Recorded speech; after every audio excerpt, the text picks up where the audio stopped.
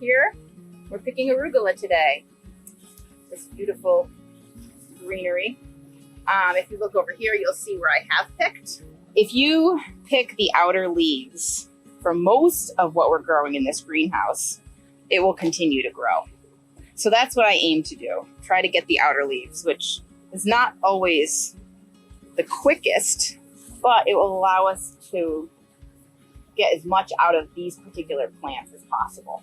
So I just kind of, if you look right here, for example, this guy right here, if I take off just those outer leaves and leave the center ones, those will get big and it will continue to grow. If you take off too much, from what I've learned, it will not continue to grow. You have to have so much like leaf left to absorb the sunlight in order for these suckers to keep growing. The same goes with the cilantro. As you can see, there's a lot of stems that are cut. That's because I've already cut this cilantro down about a week ago and it's already regenerated quite a bit. So I would just go through, I'd try to find the biggest, thickest stems. Those are usually the ones that are the outer stems also. And then you have your cilantro, you throw it in, you bag it up, and then you just let it continue to grow. This basil will last the entire season if it's picked correctly. This stem has some nice big leaves right here. So if I cut right here, that's gonna continue to absorb the sunlight. We're feeding it from the bottom and it'll continue to grow. If, however, I cut it right, let's see, like right here, where there's only these two little leaves, it won't continue to grow. It won't get enough sunlight because the sunlight is being blocked by the bigger plants and it will just shrivel up and die. So I have to just kind of time it the right way where you gotta find, like this one is not quite ready yet. I can't cut just those two little guys. So I'm just gonna wait till these little guys get a little bigger. Over here we have some sweet alyssum. We use sweet alyssum in quite a few of the houses. It attracts a lot of beneficial insects.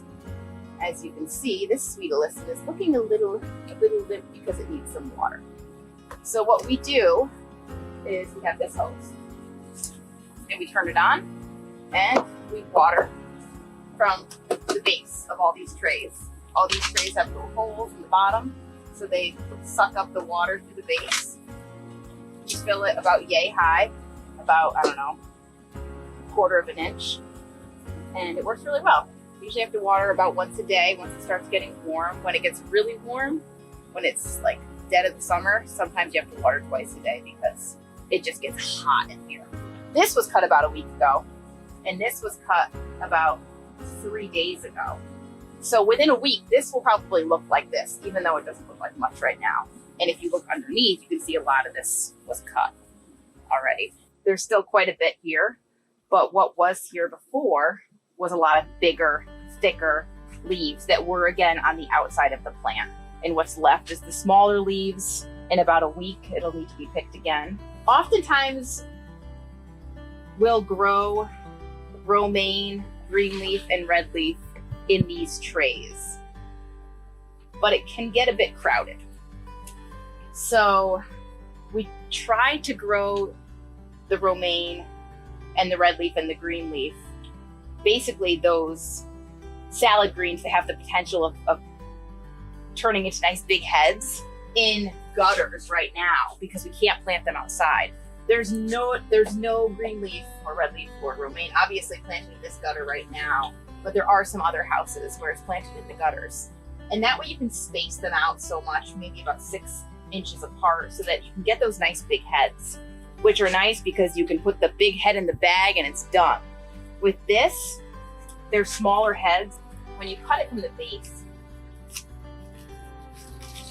a lot of times it'll have a little bit of a stem to it. So then I'll just cut the stem, and it's more loose. It's more of a loose leaf when you bag it up this way. But while it's nice when it comes in a big head and it's all together, this loose leaf is so tender and young that sometimes the flavor of the younger green, salad greens that are grown in these trays makes it desirable, you know? So there's pros and cons. Parsley was cut about 4 or 5 days ago. Again, it's just gonna keep coming back so long as we don't get any pests in here. Sometimes we will get aphids. My brother Tommy scopes out these greenhouses regularly, sometimes almost even daily, to potentially prevent an infestation of pests. Because sometimes if you catch them early, that's always what you like, because then you can stop them early before they manifest into an invasion. This is what is called kaleidoscope kale. It's going to produce an array of different varieties of kale that are different colors and shapes. And the mature variation of that is right here. So this is ready to be picked. And when I pick this, I'm not going to try to pick each individual stem because that will take forever. What I've discovered is if you just grab and you chop right there, you have this nice bunch, and then this will regenerate. It takes a lot of time because everything is hand-picked here. We don't have any of those machines that just kind of go and cut it all down. But we work with what we got, I guess, and what we have is our hands and our clippers, our trusty clippers. This is sorrel. This is something that we're experimenting with this year. It has a really beautiful look, number one, and it has a nice lemony flavor. This is too young to pick, obviously, but once this gets nice and big, it'll be a nice addition to our lineup of greens. This is Mizuna. This can be eaten raw in a salad, stir-fried, sauteed. This is really delicious. This has a nice little bite to it.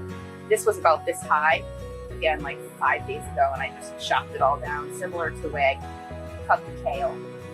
Easy, you just, grab a bunch and chop, chop, chop, and then it grows back.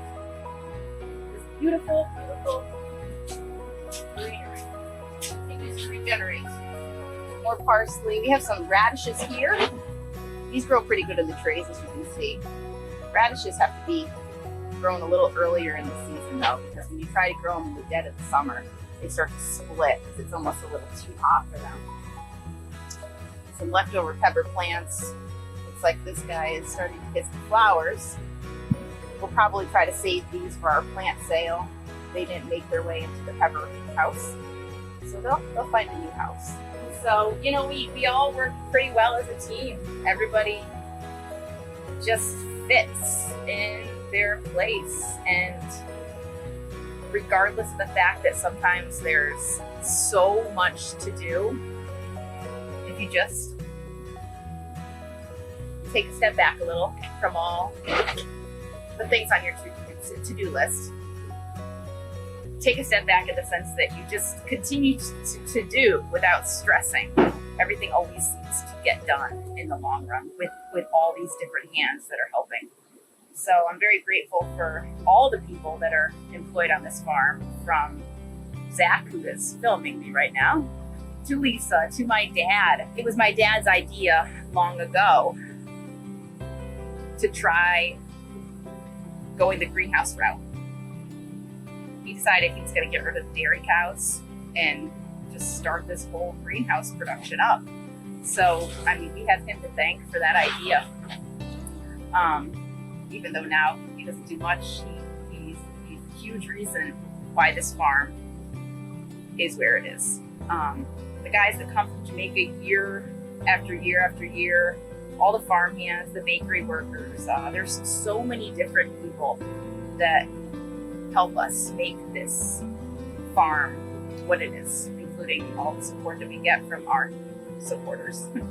So yeah, it's a humbling job, but it leaves you feeling very grateful, not only for the product and the interaction that you get to have with the product, but seeing people enjoy the product and seeing people enjoy each other as they're picking the product. And it's work, but it can be fun, and